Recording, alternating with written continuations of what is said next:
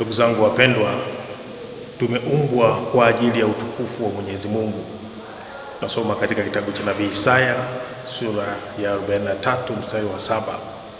Kila mmoja aitwaye kwa jina langu niliyemuumba kwa utukufu wangu. Ndugu zangu, hakuna utukufu kwenye uharibifu, hakuna utukufu kwenye uozo, hakuna utukufu kwenye maisha ambayo yana mwisho. Kumbe kuumbwa kwetu ni kwa ajili ya kuakisi utukufu wa Mwenyezi Mungu, utukufu unaoonekana katika upendo, katika ukarimu, na zaidi ya yote utukufu unaoonekana katika maisha ya umilele. Hivyo tuendelee kuombea ndugu zetu marehemu ili waweze kustahilishwa utukufu huo Mwenyezi Mungu na kuishi naye milele huko mbinguni. Akubariki na kukulinda Mungu Mwenyezi, Baba na Mwana na Roho Mtakatifu.